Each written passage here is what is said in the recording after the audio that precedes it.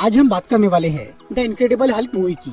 MCU की ये second movie है तो बहुत बढ़िया, पर ये मूवी कई लोगों को समझ में नहीं आई क्योंकि इसमें कुछ चीजें ठीक से बताई नहीं गई है। अगर आप भी इस फिल्म को अच्छी तरह समझना चाहते हैं तो ये वीडियो देखते रहिए। आज मैं आपको द इनक्रेडिबल हल्क मूवी की पूरी स्टोरी शॉर्ट में समझाऊंगा, तो आइए देखते हैं। वीडियो शुरू करने से पहले मैं आपको बताना चाहूंगा कि इस मूवी में ब्रूस बैनर यानी हल्क का रोल एक्टर एडवर्ड नॉर्टन ने किया है, लेकिन इसके बाद की सभी मूवीज में ये रोल मार्क रफेलो ने किया है। ये मूवी एमसीयू का ही पार्ट है, यहाँ बस एक्टर अलग है। ये कहानी है सन 2005 की। यूएस आर्मी के जनरल थंडरबोल्ट रॉस अपनी आर्मी के लिए सोल्जर्स को फिजिकली एनहांस करना चाहते थे। इसके लिए उन्होंने सुपर सोल्जर सीरम का इस्तेमाल करना चाहा। सुपर सोल्जर सीरम वही केमिकल है जिससे कैप्टन अमेरिका को पावर्स मिली थी। इस सीरम को दोबारा बनाने के लिए जनरल रॉस ने अपनी बेटी और उसके बॉयफ्रेंड की मदद ली। एलिजाबेथ रॉस यानी बेटी और ब्रूस बैनर, इन दोनों साइंटिस्ट ने मिलकर सुपर सोल्जर सीरम बना लिया, मगर वो अभी परफेक्ट नहीं बन पाया था।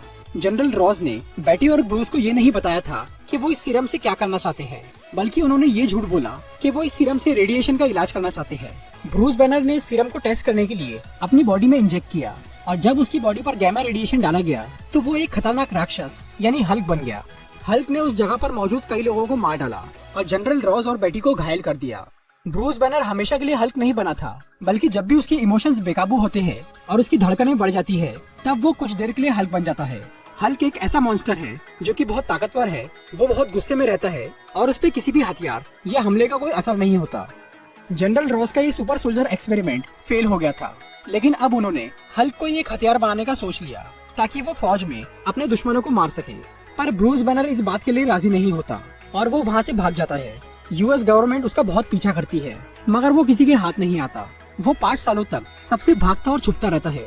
इसी दौरान वो हल्क बन के कई जगह तबाही भी मचाता है।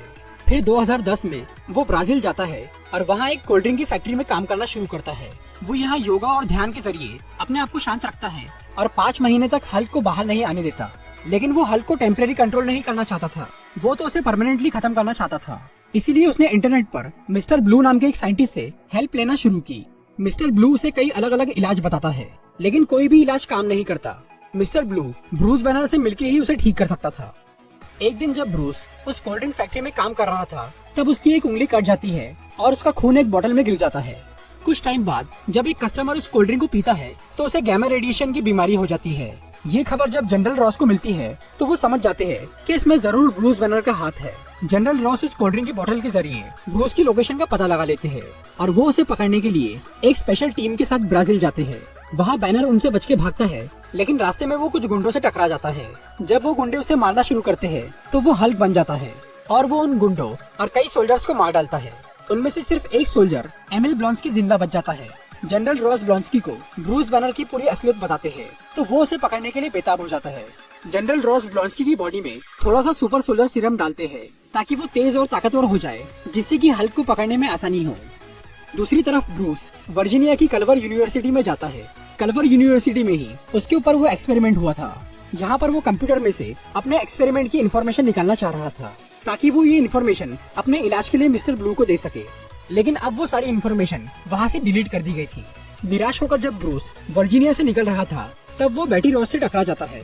बेटी के पास उन फाइल्स की एक कॉपी थी जो कि ब्रूस को चाहिए थी। अगले दिन जब ब्रूस वर्जीनिया से निकलने वाला होता है तो उसे जनरल रॉस और एमिल ब्लॉन्स्की घेर लेते हैं। वो लोग जब ब्रूस को बेहोश करने की कोशिश करते हैं तो वो हल्क में ट्रांसफॉर्म हो जाता है। फिर वहाँ एक जोरदार लड़ाई होती है, पर हल्क सबको पछाड़ देता है। ब्लॉन्स्की, जो कि अब पहले से ज्यादा ताकतवर हो गया था, वो जब हल्क को गुस्सा दिलाता है तो हल्क उसे एक किक मार के उसकी हड्डी पसली एक कर देता है। फिर हल्क बेटी को लेकर वहाँ से निकल जाता है। बाद में जब वो नॉर्मल होता है तो वो और बेटी मिस्टर ब्लू से कांटेक्ट करते हैं, जो कि उनसे न्यूयॉर्क में मिलने के लिए तैयार हो जाता है। फिर ब्रूस और बेटी उससे मिलने के लिए न्यूयॉर्क पहुँचते हैं। मिस्टर ब्लू असल में एक बायोलॉजिस्ट था जिसका असली नाम था सैमुअल स्टर्न्स। वो ब्रूस का इलाज करने के लिए मान जाता है। दूसरी तरफ ब्लॉन्स्की, जिसकी सारी हड्डियां टूट गई थी, वो सुपर सोल्जर सीरम के असर की वजह से एक दिन में ही पूरी तरह ठीक हो जाता है। फिर जनरल रॉस उसकी बॉडी में थोड़ा और सीरम डालते हैं ताकि वो फिर से हल्क का सामना कर सके, लेकिन इस बार वो सीरम थोड़े साइड इफेक्ट दिखाना शुरू करता है। इससे ब्लॉन्स्की की बॉडी डिफॉर्म हो जाती है और उसका दिमाग बहकने लगता है, पर वो इस बारे में किसी को नहीं बताता। जनरल रॉस इंटरनेट के जरिए बेटी और ब्रूस का पता लगा लेते हैं और वो उन्हें पकड़ने के लिए न्यूयॉर्क जाते हैं। उधर सैमुअल स्टर्न्स अपना बनाया हुआ एंटीडोट हल्क की बॉडी में इंजेक्ट करता है, जिससे वो नॉर्मल हो जाता है। पर डॉक्टर स्टर्न्स ब्रूस को बोलता है कि वो अभी परमानेंटली ठीक नहीं हुआ है और उसे बार बार एंटीडोट लेने की जरूरत पड़ सकती है। इसके अलावा डॉक्टर स्टर्न्स ब्रूस और बेटी को बताता है कि उसने ब्रूस के ब्लड सैंपल को काफी ज्यादा अमाउंट में बना के रखा है ताकि वो उससे अलग अलग बीमारियों का इलाज कर सके। लेकिन ब्रूस इस बात से बहुत डर जाता है क्योंकि अगर उसका खून गवर्नमेंट को मिल गया तो वो इसका गलत इस्तेमाल करेंगे। वो अपने ब्लड सैंपल को नष्ट कर देना चाहता था। उतने में ही जनरल रॉस की टीम वहाँ पहुँच जाती है और वो ब्रूस और बेटी को पकड़ लेते हैं।